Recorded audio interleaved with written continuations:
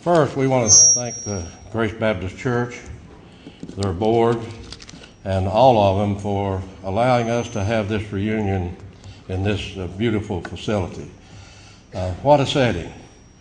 If all of you look over to Shelby Yard from when you go out here, just take a look across that of how that looks. It's just picturesque. You can see the yard. You can see the R.H. Ratliff Cemetery, where a lot of our railroaders are buried. What we've done in our life, we've built memories. What an opportunity it's been for people that have the opportunity to be raised in a railroad family.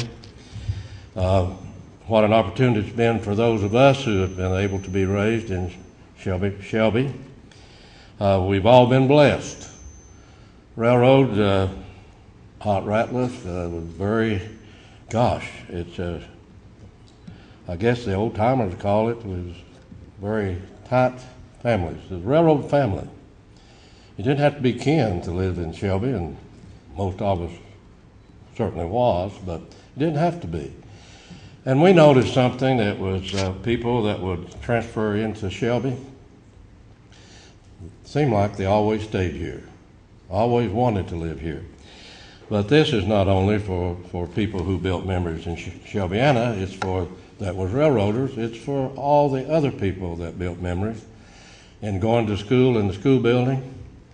And gosh, what Gary Justice has built over the years, a replica of Shelbyana, and with his trains out here, and I know I've observed all of you taking a look at that, but how authentic that he has done to build that. It keeps getting larger, Hargis, and he has to have 2 doors to get it in now instead of 1. He used to bring it through the back door, but he keeps building it and it gets larger. But when you look at that, it is certainly, he's done a magnificent job on it. And he spent a lot of money on it. They've been very supportive of this reunion. A few years ago, this was taken in by county government as a county festival. We have 2. We have Hillbilly Days, and then you have your railroad homecoming reunion at Shelbyana, which is open, and we just tell people to come, that bring a dish and come to this each year. We have people. Today is a little bit different, and I remember, Jerry, the last one we had down to Ashland before it was moved up here several years ago. We had temperatures approaching 100, and Hargis reminded me a while ago that, well, matter of fact, everybody's getting ready to leave. I had my mother with me, and others was down there. Richard and Lorraine was down there. Virgil Oliver and Ann was down there. And Ralph Gillum, who I went to school with, played basketball with, and who my father and his father worked on the railroad together, Ralph went and gathered up the fans. We still suffered through that, but here we are in this cool facility. Grace Baptist Church has a great outside. You saw the fans out there. I just came from out there a while ago, and it seemed like they were sure circulating the air. But the purpose of this is to bring everybody together, but it's a different purpose. And the purpose is to provide money. We've been blessed. The William Clark Enterprises has been able to make available funds and funds that we've raised in the past to give scholarships to railroad-connected children, to give an opportunity and to give a hand up to a child who is going to a college, a university, or to a technical school in the Commonwealth of Kentucky. So that is the purpose of this. We are a 501c3, and therefore we can accept contributions from companies and corporations, and then or individual that follows the long tax form. We hope, and I know that William Clark, Bill Clark, and he gives this in member of Joyce. Those of us who had a relationship with that family, we loved Joyce. Joyce loved us. Joyce loved life. Cancer took her from our midst, and we will see her later up there. We're all blessed to be here today, There are a lot of people that passed on, including those in my family. My father worked on this railroad for 45 years.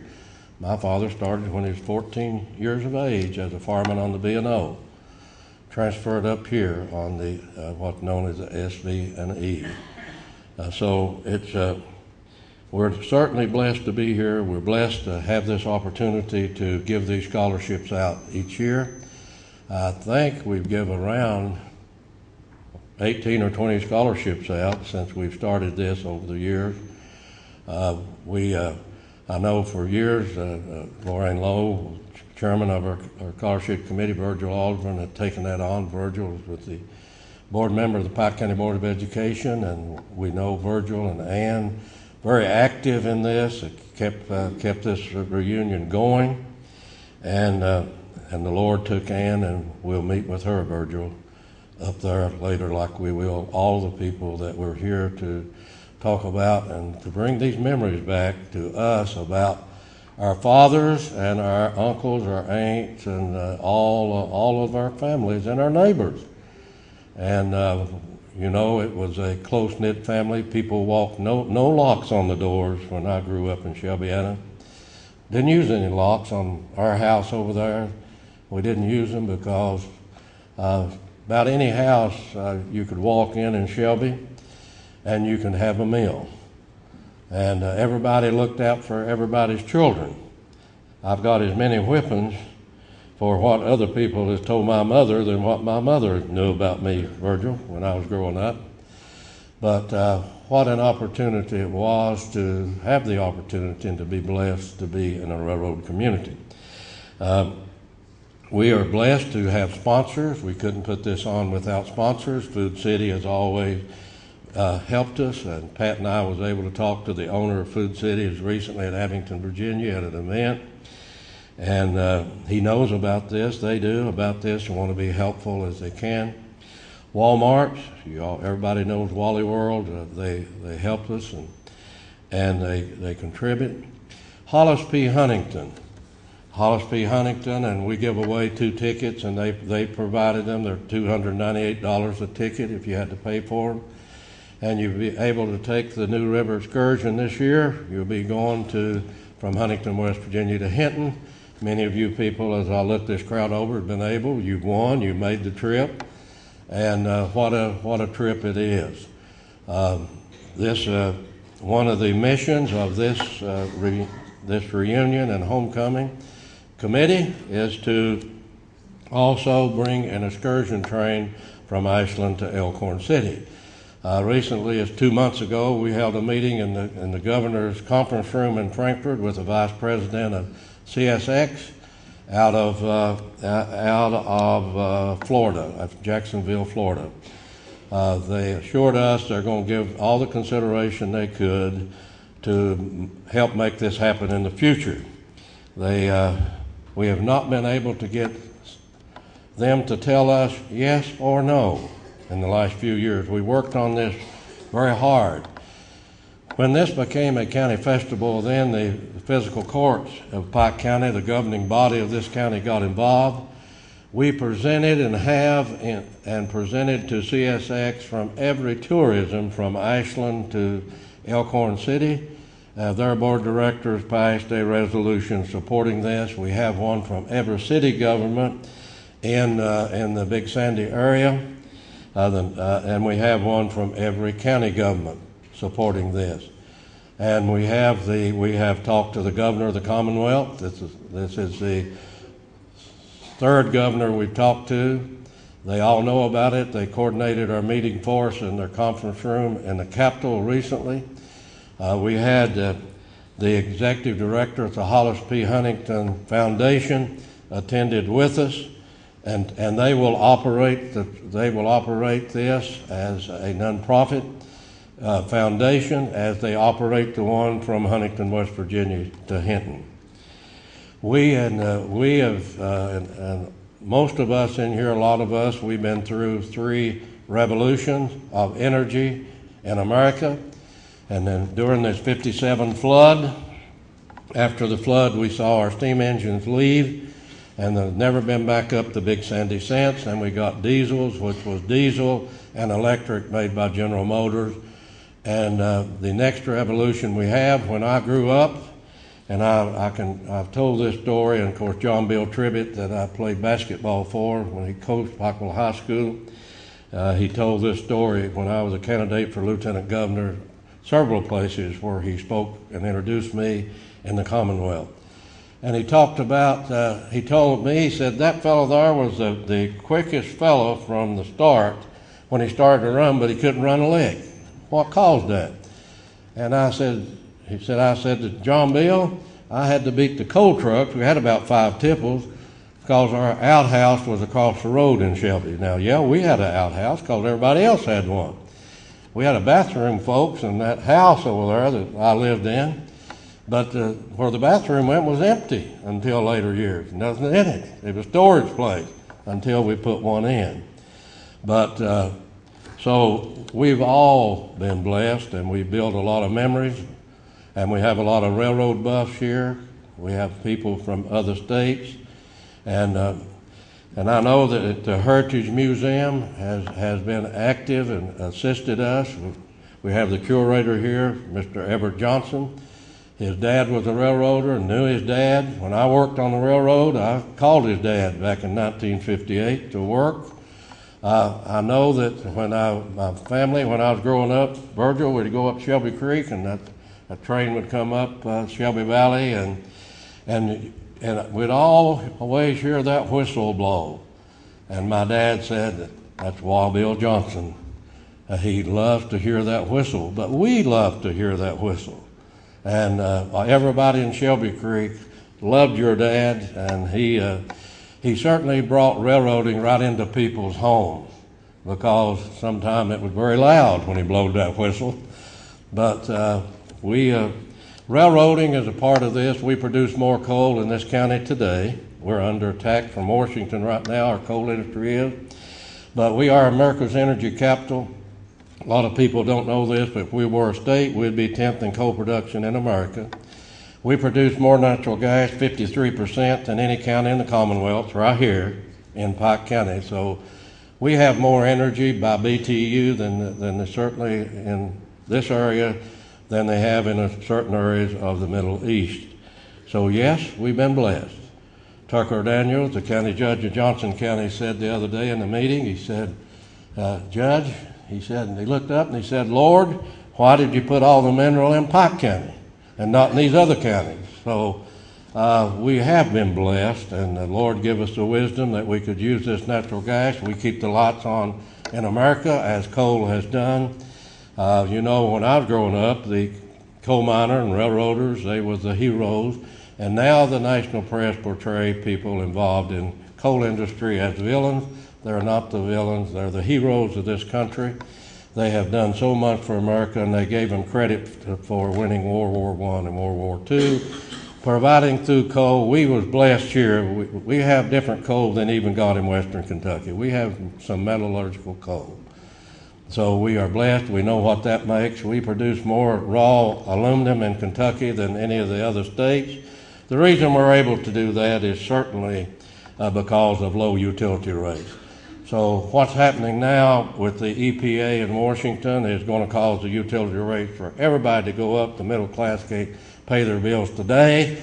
Nobody else can pay their bills today. And it's going to hit America. The price of natural gas, if we have a bad winter next year, will go up. And it'll go up about $8.50 or $9. It was $13 about 4.5 years ago. And when that happens, they're going to run back to coal. The sad thing is our federal government and EPA is closing the power plants, and they don't want us to mine the coal. They want us to market the coal, and they don't want it burnt. And the majority of our coal is not metallurgical, and it goes for power generation for the lights and running the factories in America. But that's just a little bit of history I can give you of the reunion. I know that I probably will miss some, but Larry Compton is a deacon at the church here. They're going through a transition of pastors, and pray for them that they can find them a pastor that can lead this church. And Larry, if you'd come forward, and you're here today to welcome us, and we certainly, your board and your membership needs to know how much that this railroad committee and these people involved in this, and the good that comes out of this, that helps primarily bring these people together. And I know people here today, I've seen them that hadn't seen people in years. That it happens every year, Virgil, as we get together and bring these people together. So Larry, if you'll come forward.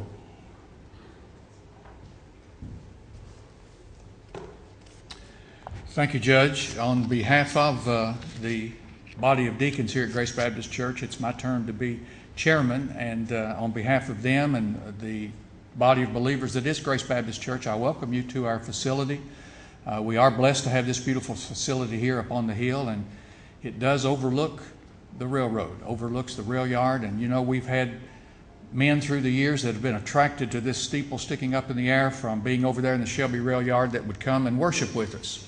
And we're thankful for that. But many of our people have ties to the railroad industry, and of course we all do, being living here in Pike County. I remember growing up, my family wasn't directly involved with the railroad, but living in Virgie, the trains would move through all hours of the day and night. I remember laying in bed and listening to those whistles and those engines and wondering where they were going, what they were hauling. The romanticism of the railroad that's been captured in music and song, and of course the hard work of folk like you and your relatives. And we're thankful for that, for all that you do and all that you have done. You look to the past and honor the past, and that's something we should always do. But with your scholarships and the good you do in our community, you look to the future. And our future is certainly still alive with the railroad and coal. Washington will come to recognize that, I trust. So on behalf of Grace Baptist Church, I do welcome you today. We're thankful that we can share with you. We're a part of this community, and we always want to be a good citizen.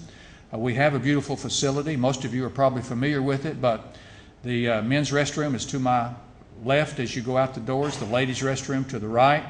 Our kitchen is toward the back, and we have a fellowship hall. If it's too hot for you outside, you can eat your meal inside there in the fellowship hall. There are many classrooms if there's an overflow on the my left side here of the hallway, back that way. And so we invite you to use all of our facilities. Certainly you can use our sanctuary here to cool off. And we're pleased that you're here today. Enjoy the grounds. You've always been good stewards in the years that you've used it, and we're thankful as a body of believers to be able to share with you. I know God's Word says in Psalms 133 how good and how blessed it is for brethren to dwell together in unity. And you all are together for unity of purpose, again, to honor the past, to look to the future. And I know God smiles upon people who do good and who have a good spirit and who are in unity, and certainly this group is that way. And so I welcome you on behalf of our church and hope you enjoy the day. I know the weather is a little extreme, but thank God for these beautiful facilities, and they're yours to use. So thank you for the invitation to greet you. And we do greet you in the name of the Lord and as fellow citizens of Shelbyana and part of the heritage of the railroad. Thank you. Thank you very much. I don't want to forget Pike County Tourism, and you have this beautiful, they did that for us, and they do great work. They was involved in this, completely involved in it. As I said, this is a county festival, and we couldn't have pulled this together. And my staff, I have John Doug Hayes here, and I have Stephanie back there, and everybody that's connected in my office, stand up back here. So everybody stand up. Here's John Doug over here, Charles Carlton back here. Here's Brandon Roberts, the fellow who's coming through the back. He handles the media for the county. And Brenda, we asked her to stand up. She's part of the county government. And it's people that's involved and helped us. We certainly appreciate it. George Sloan, whose family has connection to the railroad, his family. Of course, we remember his uncle who was raised in Shelbyana, and all that family right out from the Shelby Church. And so, George, if you would come forward, you bless us all these years. And you all will be blessed. And I always get tears in my eyes. George and I are very close. we went to high school together and graduated together and have remained very close through the years. Very close. We are brothers in the Lord, no doubt about that. George, his life is dedicated to his family, to his church, and he's a blessing to us each year. George, come around and open it with your song that you do it every year. Thank you, Wayne. Appreciate that. I'm glad to be part of this reunion. The very little part that I do, but I appreciate being part of it over the years. Life is like a mountain railroad with an engine near this brave. We must make the run successful from the cradle to the grave. Watch the curve that filled the tunnel, never falter, never fail.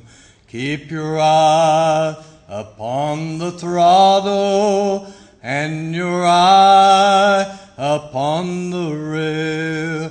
Blessed Savior, thou wilt guide us till we reach that blissful shore where the angels wait to join us and that praise forevermore. As you roll across the thistle, spanning Jordan's swelling tide, you behold the Union Depot, and to it your train will glide. There you'll meet the superintendent, God the Father, God the Son, with a heart a joyful plodding, weary pilgrim welcome home. Blessed Savior, thou wilt guide us till we reach that blissful shore where the angels wait to join us and that praise forevermore.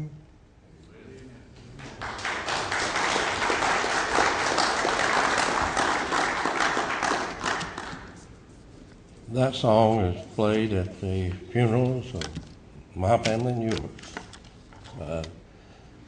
And it's a tradition. When the railroader dies, that 99% of the time that's one of the songs that's used. Committee that we have now, we didn't start this. We didn't start the Railroad Homecoming Reunion. It was started by Mr. and Mrs. Hargis Harris, Mr. and Mrs. A.B. Ratliff, and Ruth and Clayton Moore. They was the original ones that got together and started it, and for about 7 years, it was at Armco Park at Ashland. And several years ago, they talked us into putting a committee together and said, take it up there 1 year, and we'll take it back the next. We're still here.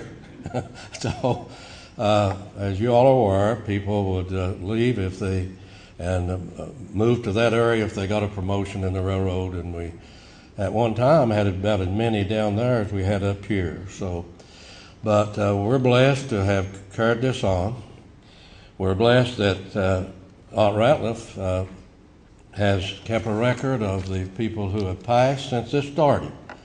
He does it, he gets help, and he takes the obituaries.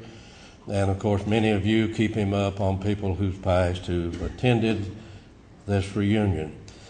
So, Virgil, what we want to do first, and I don't think we've done the Pledge of Allegiance to the flag, and if you'll come up and do the pledge, and then Ott, if you'll come up, and we call it, when Ott comes up, a time to reflect on those memories that I was talking about of the Shelby community and the railroad. Virgil,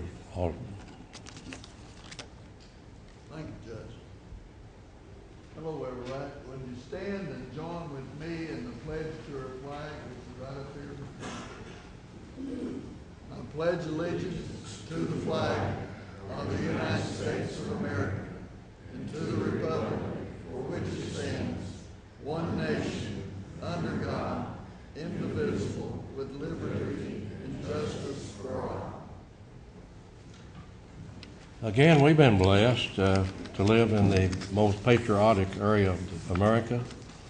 And I know that the late Senator Robert Byrd from West Virginia, when he started all of his speeches, he would say, "I am a son of Central Appalachia, and I have been blessed in the most patriotic area of this United States. When the Commander-in-Chief declares war, more people volunteered for the armed services from this area than any place in the United States of America. I'm further blessed that we're in the Bible Belt, and we are. We're blessed in this area to be in the Bible Belt.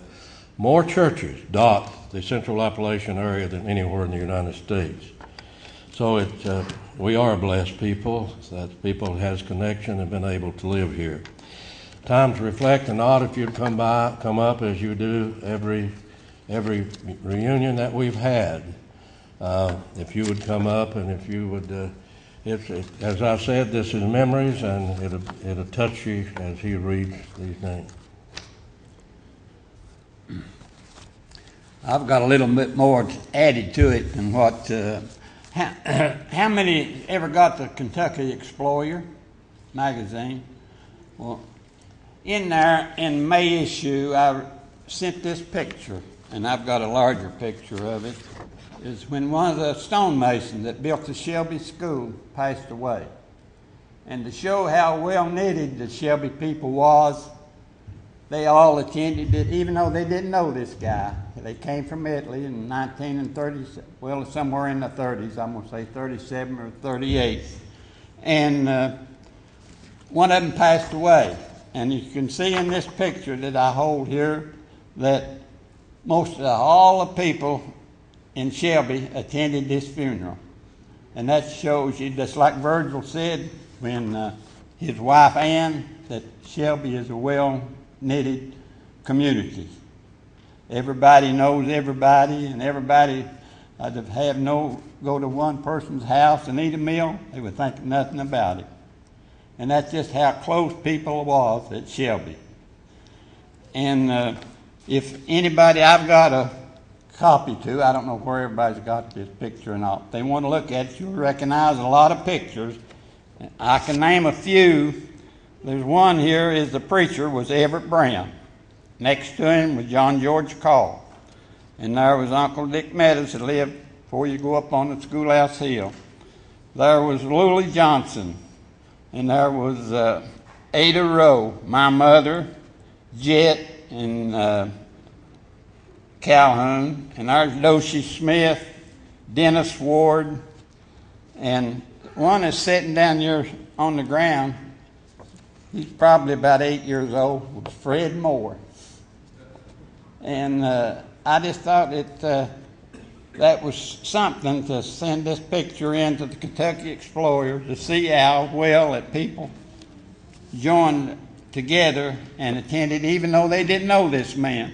Some of them stayed with my grandmother on the Schoolhouse Hill.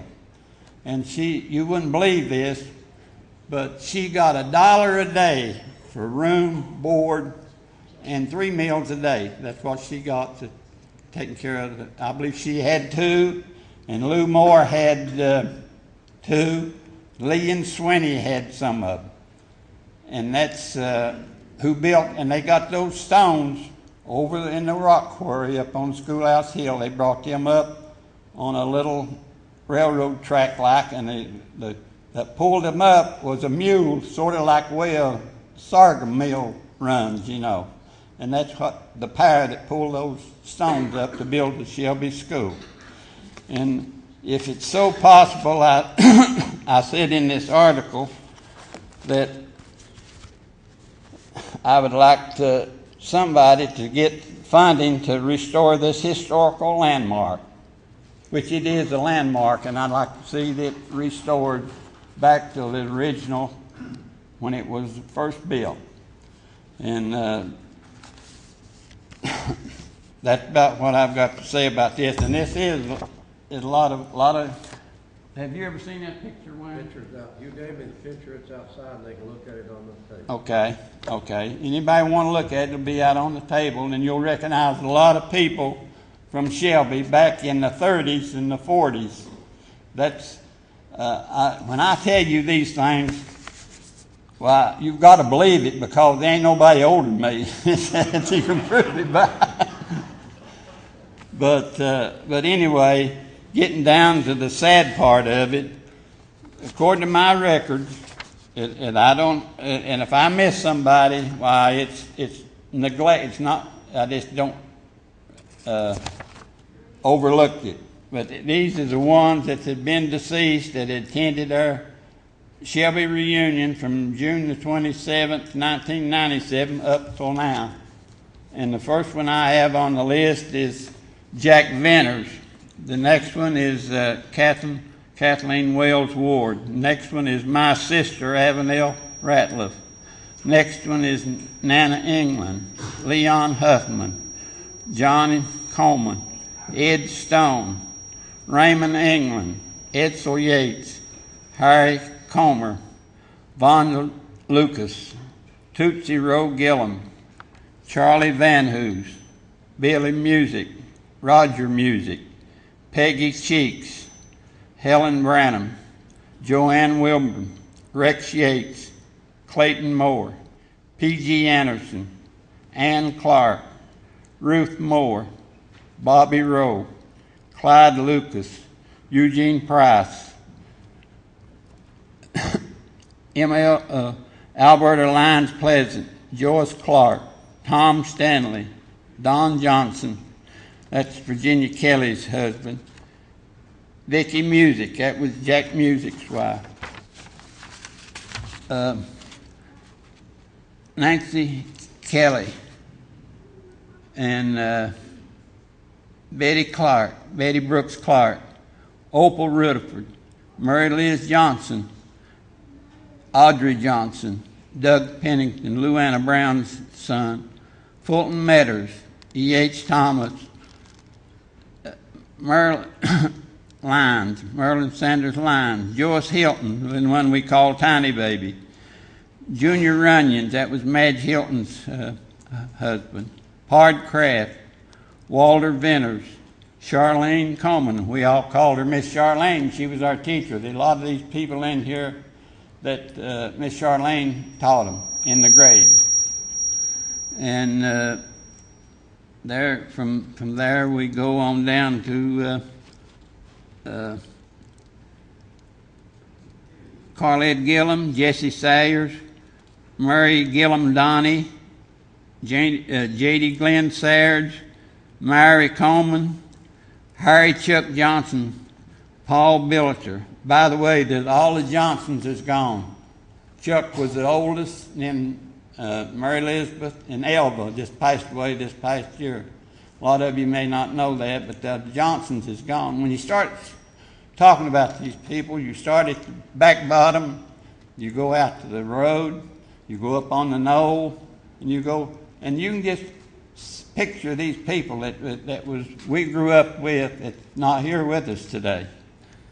And there was Paul Billiter, Liza Mullins, that's Elmer Mullins' mother, and Herman Brooks, Elva Johnson, C.D. Thomas Carl Thomas, Madge Runyons, and Ralph Gillum. Now that was the ones that I've got, and there was one in there was Charlie Potter, and these people that I have mentioned had attended at least one meeting. That's the reason why some of them says, well, they wasn't on there, because the ones that I read, that I've got the names, they have to go at least one time to one of our meetings. That's the reason why I might eliminate somebody.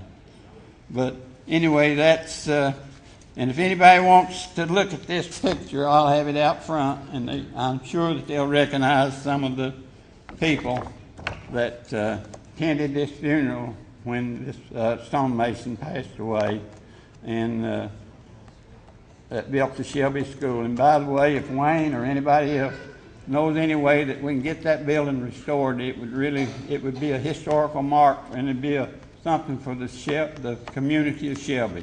Thank you.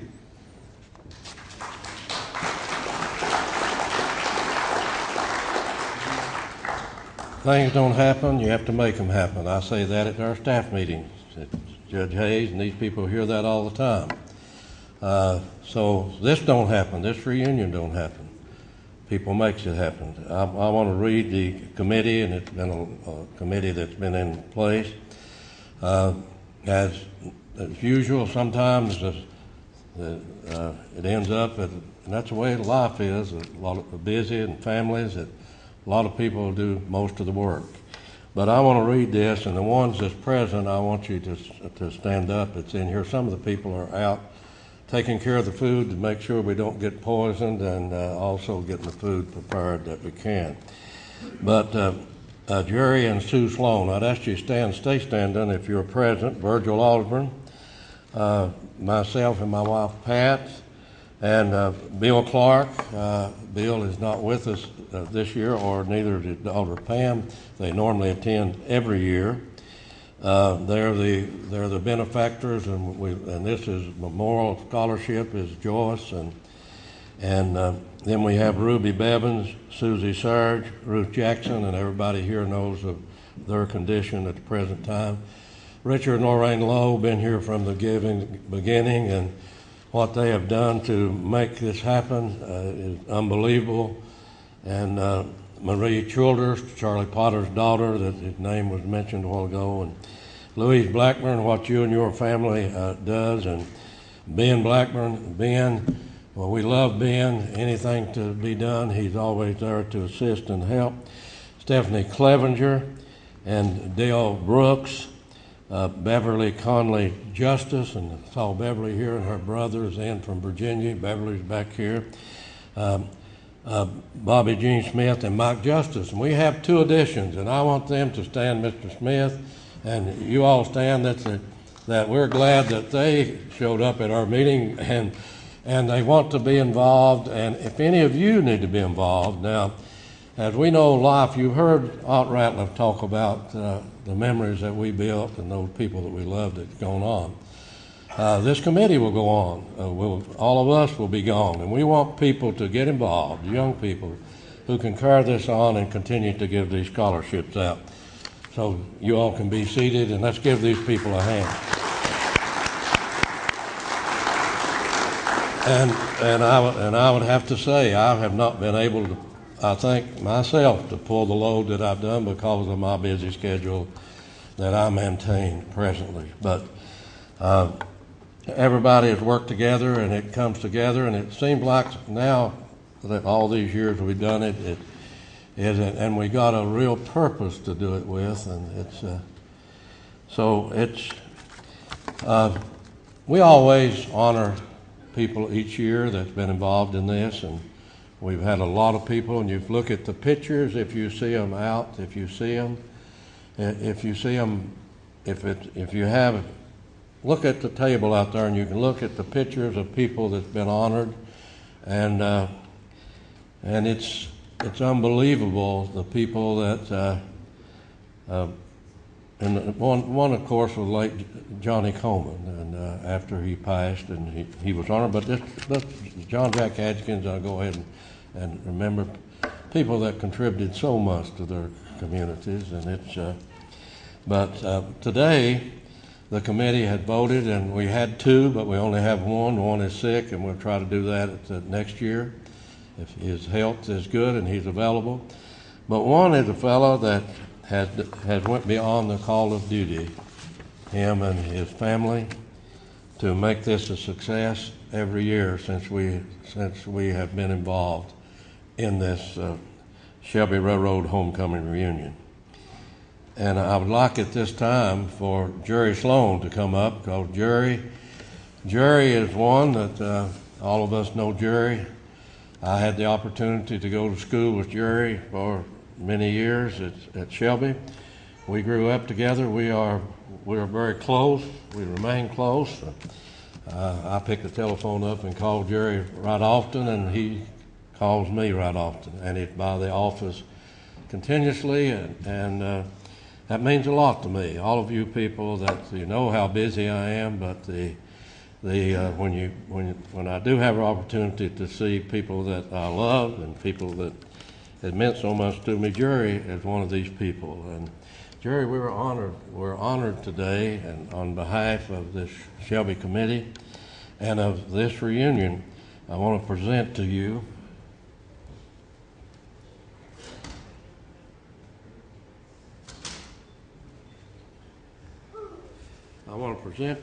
to Jerry Sloan, on behalf of the 212 Shelby Railroad Reunion Committee. We would like to present this Hall of Fame plaque, recognition of your significant contribution to Shelby Railroad, given in honor of the many years of dedicated service.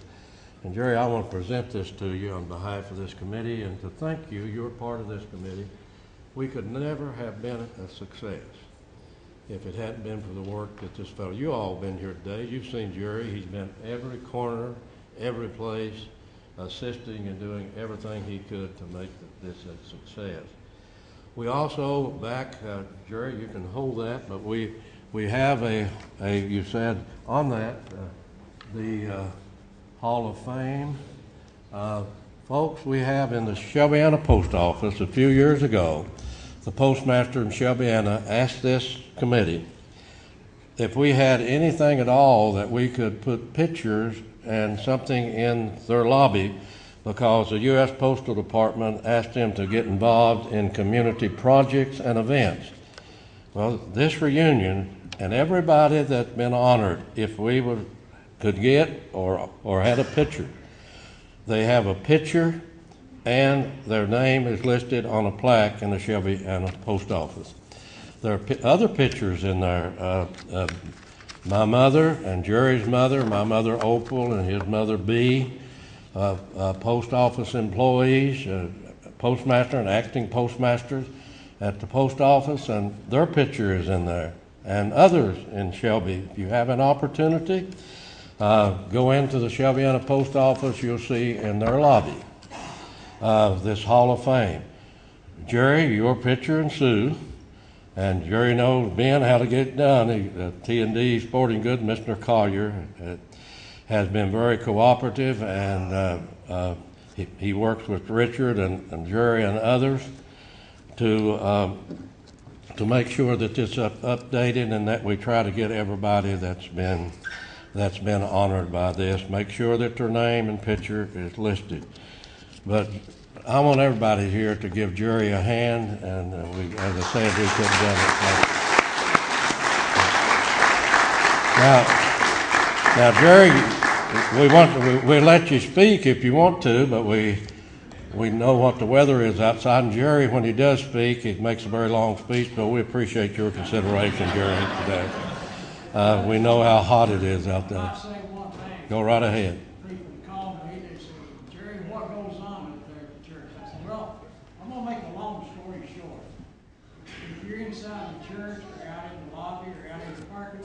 You're subject to get run over by a train anytime. So that's about Thank you. Let me take this opportunity to thank the people who comes and sets up Everett Young and his wife. John Doug Hayes in past years has brought what he's gathered up over the years. Judge Hayes, his dad, was a railroader. I worked with his dad, John Wycliffe Hayes, and Everett Young and his wife. What a collection, Judge Hayes, they have out there. Make sure you stop at those tables. You'll see the old lanards back in the 1800s. You'll see the new lanards out there. I see Ruby Coleman here, and I see Eddie back there, and we honored Turl Coleman at once. And his bag he carried to work, his lanard is out there. It starts out when they had a torch, starts out when they had a wick, and it starts out as technology grew and they had the batteries. So that's out there, all this display. You'll see the pictures. You'll see the picture that I was talking about. You'll see other pictures. You'll see the history of the SV&E Railroad, history of I'll not go into that story, but that I was able to get a hold of because of the '57 flood. and we have a history of that railroad and what it was, and so what an opportunity they give us to go back in time. What Gary Justice does about as I've already told you, but it's unbelievable as you walk out and see what he's brought to bring our memories back to us, and exactly what Shelby looked like as I grew up, and many of you. But we are to the point now that we want to give to the George Charles Clark Memorial Scholarship and to present today the certificates. This committee requires, and we have guidelines, and we have guidelines drawn up that we go by. We have this committee, and those who's on the scholarship committee, I'd ask them to stand, please. Judge Hayes, would you stand? Because if I'm not available with my schedule, you always sit in for me. So this is, and you all can be seated, and let's give those people a hand.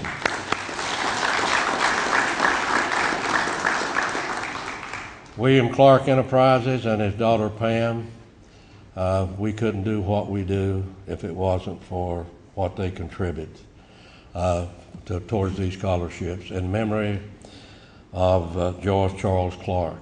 So Virgil, if you'll come forward, and Virgil always handles this as present chairman of the scholarship committee. And Virgil, we appreciate what you do. You keep us our feet on the ground. Virgil is great to serve on any committee with.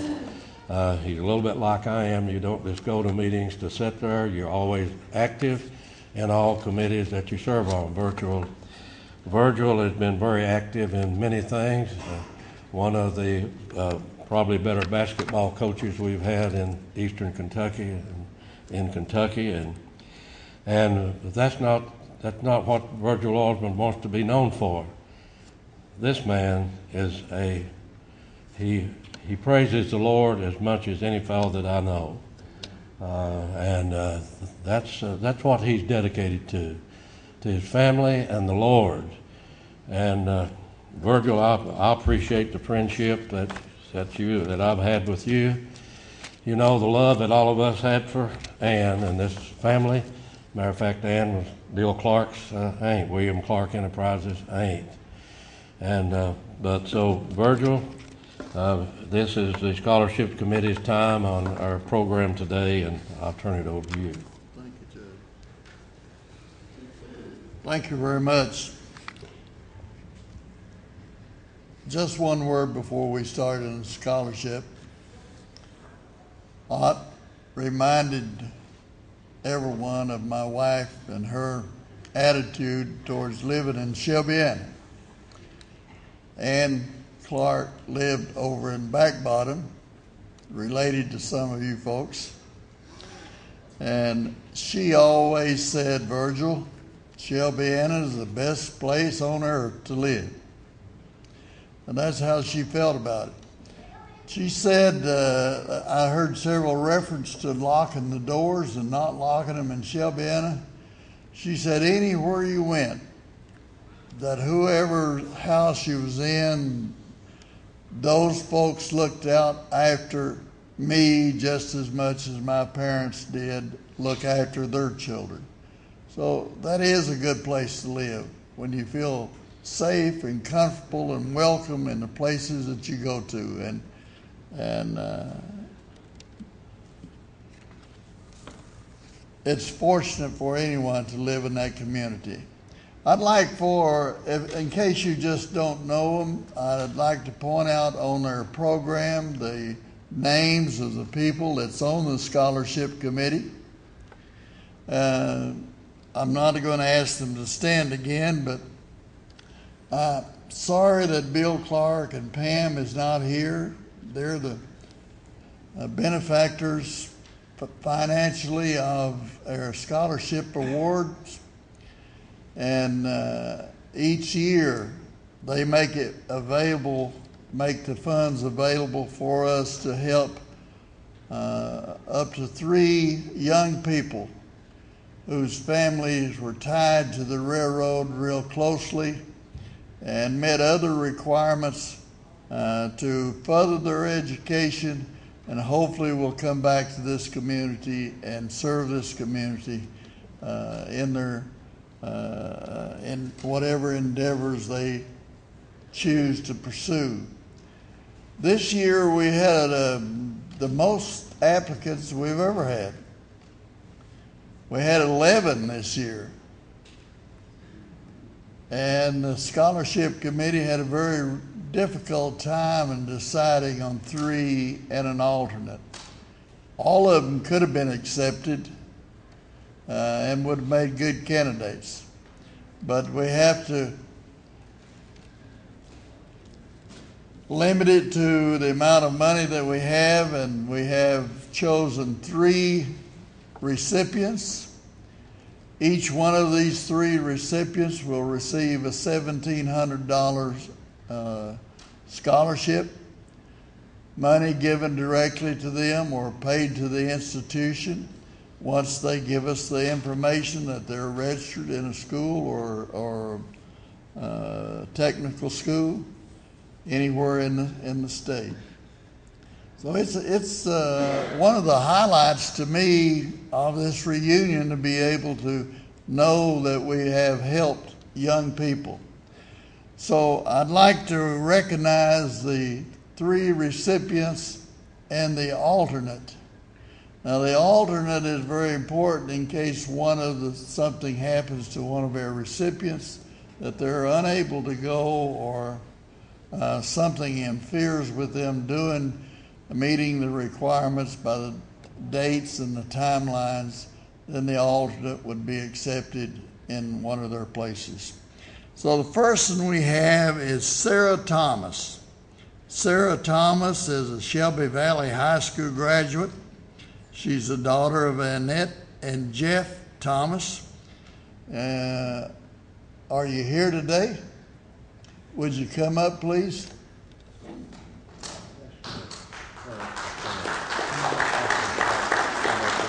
Parents, would you come up with her? Stand beside of her?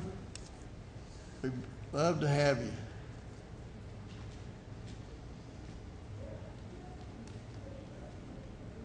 Sarah, congratulations on your receiving this scholarship. Jeff, would you and Annette stand on each side over here? I guess they're getting a picture. Good luck to you and God bless you. We were going to let you read your essay that you wrote about the railroad, but we decided for sake of brevity we'll postpone that. And I guess you don't mind that. Not at all.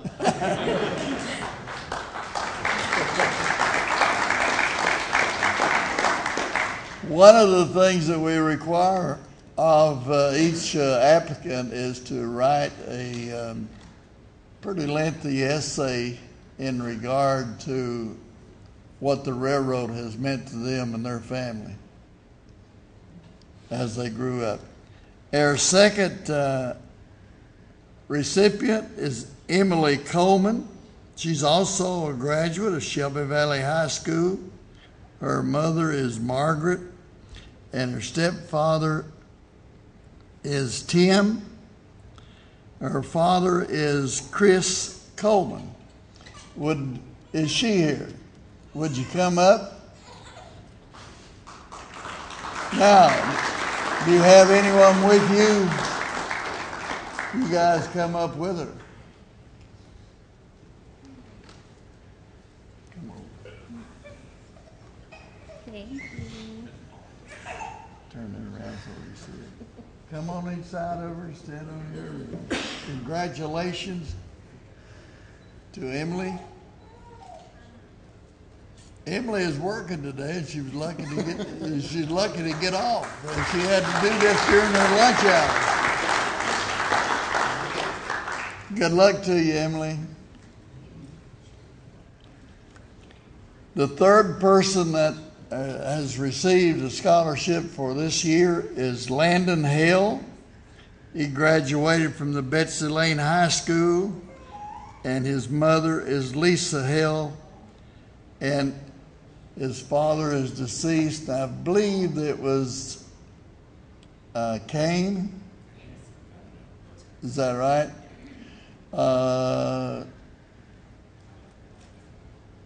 Is Landon here? Landon? Anybody with him? Lisa? Come over on this side. Come over, Caroline.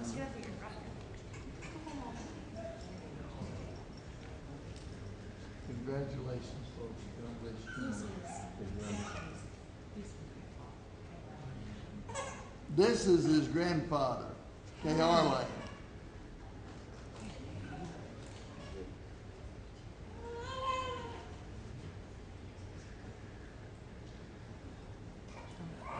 All right. Congratulations. Thank you. Good luck to you. God bless you.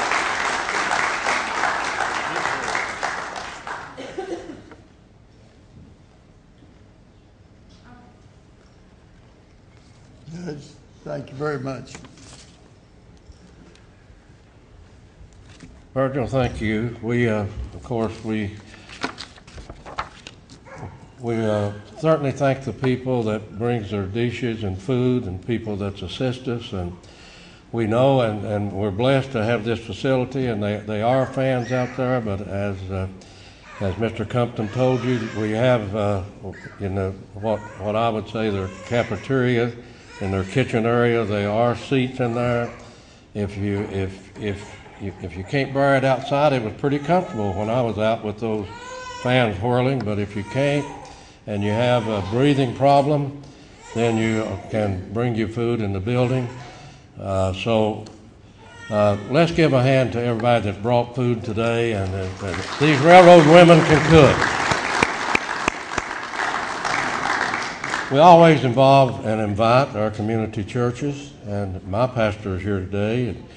If you'd come around, and the Shelby Methodist Church, and I'll let you tell them a little bit about yourself and who you are, and let you bless this reunion and bless the food and the people who prepared the food.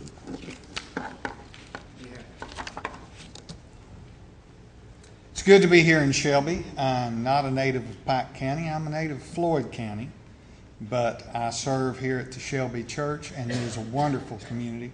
They welcomed me into their hearts and into their homes, and I'm honored to serve here. The food that's been prepared, we want to make sure we bless both those that prepare it and those that receive of it. So let's pray. Gracious and almighty God, we praise you, Lord, for this day. We praise you for this time of reunion, this time of joy and fellowship. We thank you, Lord God, for the food that's been prepared and for those hands that have prepared it. We ask you to bless those people as they come together and they share in your bounty the food that's been placed on the tables. I ask you now, Lord, to bless it to our bodies that we might serve you better. In Jesus' name we praise you and we pray. Amen. Thank you very much. As you know, we thought Virgil, a tornado was coming yesterday evening. Pat and I was out eating, and then we was going down to the Main Street program, Judge Hayes, and right about when the storm hits, and we got down there, and they tore everything up out by the Expo Center. Some of their guests was entered. The telephones wasn't working, so Pat and I drove on down to the police station and asked them to send EMTs up there that had injuries. So about 20,000 people was out of power. Some of the county is still out of power. Our emergency management people are out in the county. We've been delivering. We opened up cooling centers in the county because of the 3-digit temperatures. And throughout the county, we had our probably the eight senior citizens, and we used about 4 of our community centers.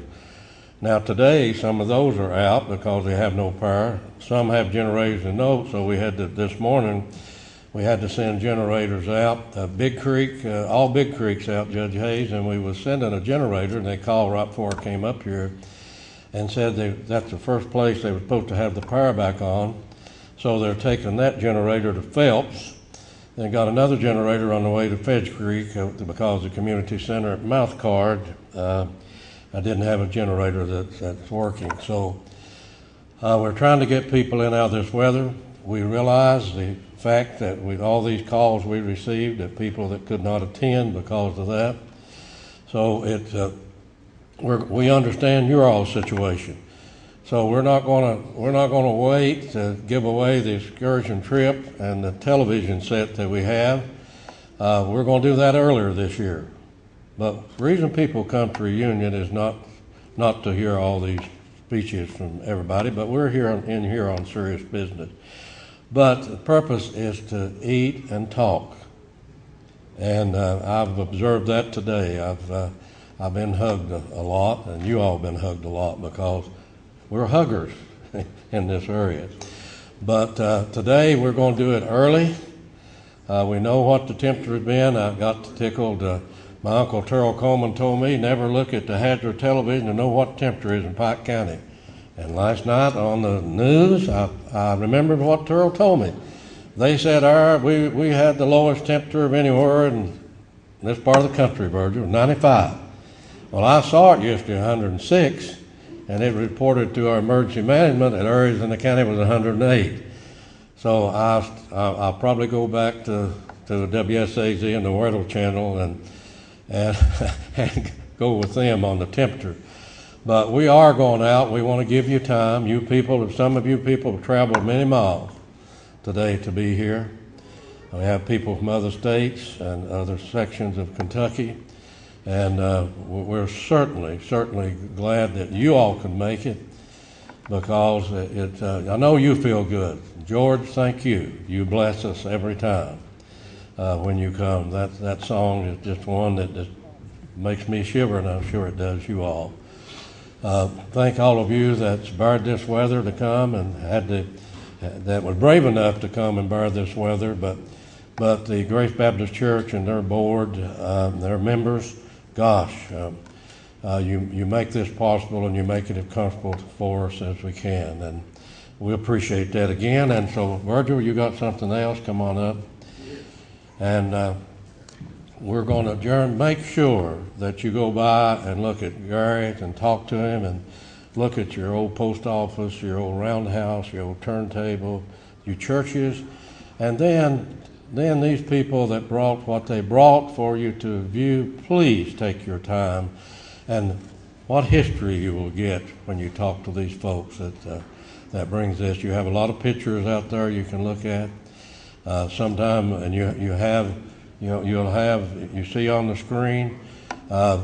One thing about it, Ott kept his records. Richard Lowe has his picture records from the time that we've been involved in it. And one of these days, Richard will get that on here and bring it up to date. Virgil Osborne. Who we forget? Anything? I'm sorry that I didn't ask if our alternate was here, and he happens to be here. I think this is the first alternate we've ever had here, and that shows his interest. Brad Loader, would you come up? Brad is the son of Joy and Jeff Loader. Are you here? Jeff, Joy, come up with us. Brad is a graduate of Pikeville High School, and he will be the recipient if one of those other threes that receive the scholarship fails to meet the requirements or enter school this fall. Brad, congratulations. Joy, good to see you. Yeah, some of you know Joy. She's a Conley from over in Shelbyana, formerly a Conley. Everybody knows her. Thank you very much for coming, son.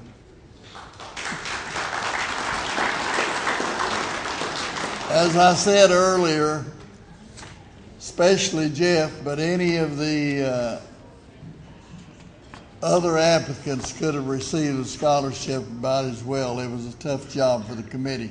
I'd like to call your attention to one other thing. On the back of your program, there's a message from the Clark family about how they feel about providing the funds for these scholarships. So take the time to read that in your program.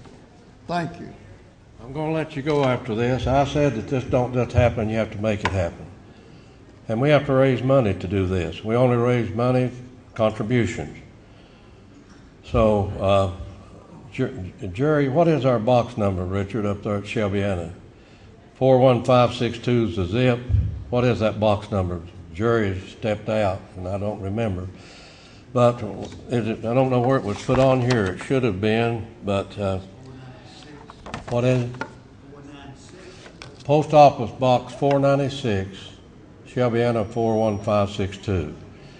And you know, as I said, this don't just happen. We got a bluegrass band we bring every year. We got Dr. Comer back this year, who wrote the Love Ballad Shelbyana. You'll hear that shortly when you go out to eat and get your food. And then you have Blackberry Jam, a Pike County group, who comes and performs for them. They don't charge us anything, but we have to pay their expenses to come.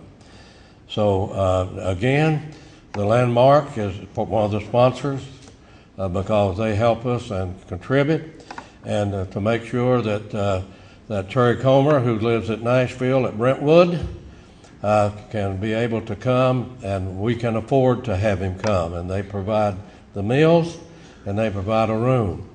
And as I said, we're a 501c3. If any of you all file your income taxes, you can get your money back. But please, we're not getting a contribution because a lot of people passes on that's been great supporters of this. And as I said, we want to make this reunion go on so these young people connected to Railroad family can have a good start as they move on to further their education and become adults, and hopefully take part in this. And we appreciate those whose families have been involved in this that keep coming back every year. Thank you all. And It would help us also to maybe increase the scholarship program. well, yes, as I said, because of William Clark Enterprises, we're able to give this. But folks, for a number of years, we had to raise the money.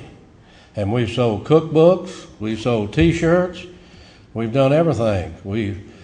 Ben can tell you, and Richard, we've done everything that we could as a committee over these years to raise money. So please, folks, we need your assistance, and we need your contributions to make this go on. Make you feel better. When you write that check, it'll make you feel real good because you know the purpose of it and you know the good that comes from this. Let's go eat. Let's talk about and build more memories as we're here today. Thank you, and God bless.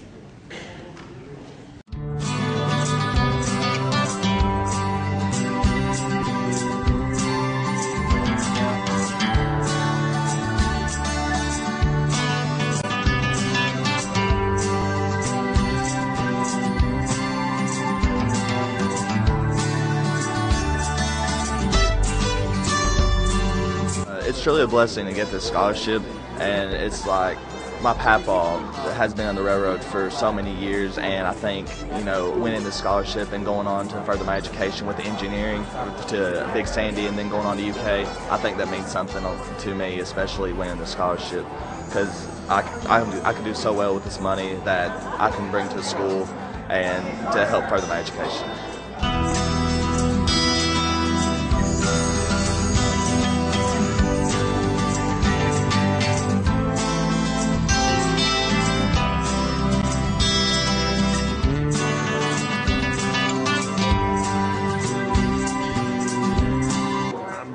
Lifelong rail fan.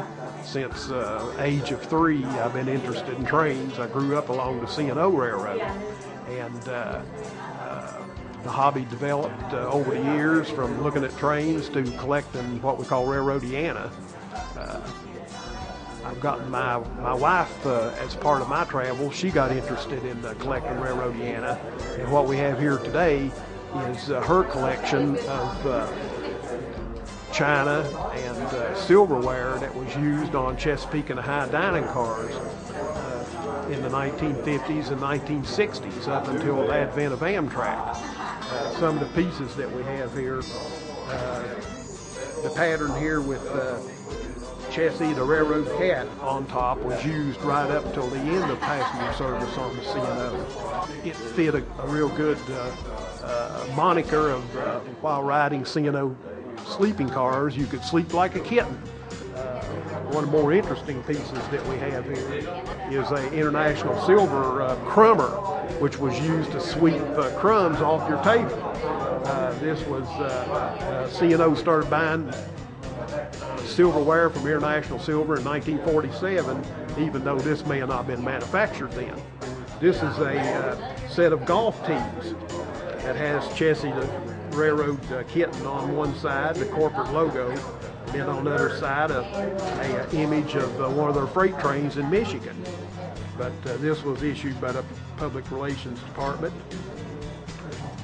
This is an individual water container, and it's a little bit tarnished, but this was issued by International Silver in 1947.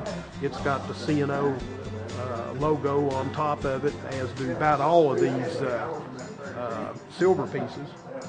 This is an old ashtray with various little packages of matches. This one it's got the Sleep Like a Kitten logo on it, advertising C&O sleeping cars.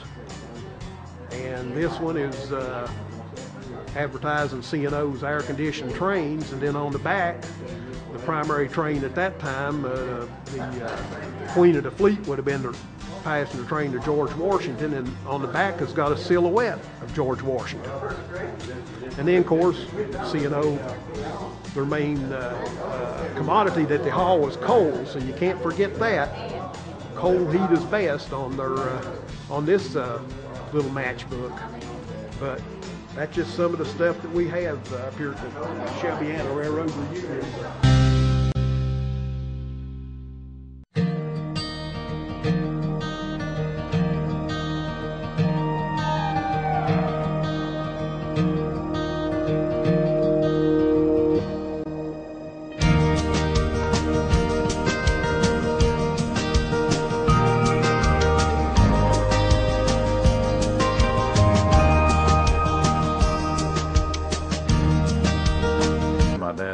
Coleman. And the first job he had out of Poplar College was for the C&O Railroad, and I think the trainmaster at the time was Chris Sullivan. Several years ago, my mother gave me my dad's C&O bag and his lanyard, and that's what I've got over here. It has his name on it. And a picture of my mom and dad and a friend of theirs. And what I understand about the lanyard was that it started, here with the, with the kerosene and all these the lamps here, and then it came the battery. I remember that when I was even a senior in high school, that my dad would keep one that he kept his rights on the railroad, and just occasionally he would go by on the train across the river from my mother's house at Garden Village, and that's something I guess I'll always remember, that the train going by and then being on the train.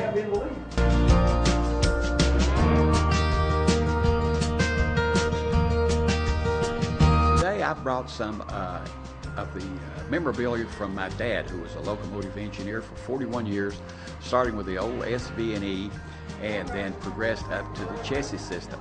I have one of his old railroad outfits. This outfit is probably 60 years old, and this was the type that he wore when he was an engineer on the steam engines. He could do two types of mechanical work. One was with this large oil can, he could oil the side rod mounting of that. And then in case of an emergency, when an air hose broke, he could use a large tool and connect that. Other than that, if any other mechanical problem happened, they had to call in another crew because of the strong union rules. And I have a copy of several of the rules books that he has, and some operating manuals that he used, mostly from his later years when he was a diesel locomotive engineer. There probably were not manuals made for the steam engines. Also, he kept very good records. I have his time clock, his time book recording, and it tells inside of it the engines he was on, what time he was called, that is the time he was called to leave, and what time he did, and what his run was. Sometimes it may have had his paycheck there too. Also, we have on display a copy of the rules and regulations that he was given. And there were very strict regulations. For example, they told him when he could be at a certain place, when he had to be at that time, very distinct orders as to where he should be. He also was quite well known. I don't know if I mentioned his name as being referred to as Wow Bill Johnson, because he drove the train so fast and he blew the whistle so loud and so often that people said, hey, there's a Wow Man on that train. So he got the moniker with his given name of William as Wow Bill Johnson.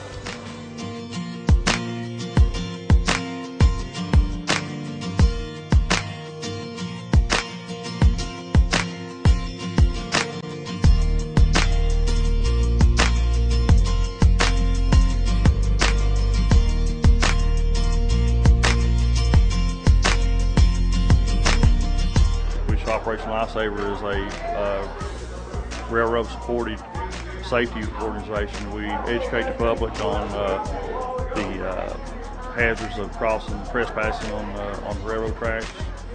We go around to grade schools, high schools, college classes, trucking schools. Just anybody that wants to listen to our message, and we promote just pretty much railroad safety.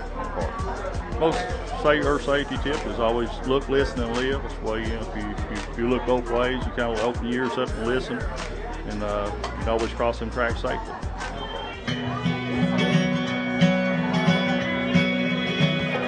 Gave my heart to little honey down in Houston. She's always wanting me to settle down. Her daddy has the best oil well in Houston, and I'm fond of her, but I'm East Kentucky bound. No heavenly showgirl out of reason. She got lots of beaux, but likes me best of all. Her daddy's cut me in on his casino, and I'm fond of her, but I'm West Virginia bound, East Virginia bound. Back to you, Shelbyana, Kentucky home. You're calling me, I'm coming back. Shelbyana, I'm driving home. I'm riding free. Normally we have been having in the past only 2 scholarships. We've had $5,000 available to give scholarships, but we decided to add another $100 to that and give 3 scholarships for $1,700 each, because we were getting more and more applicants for those scholarships because we broadened the area.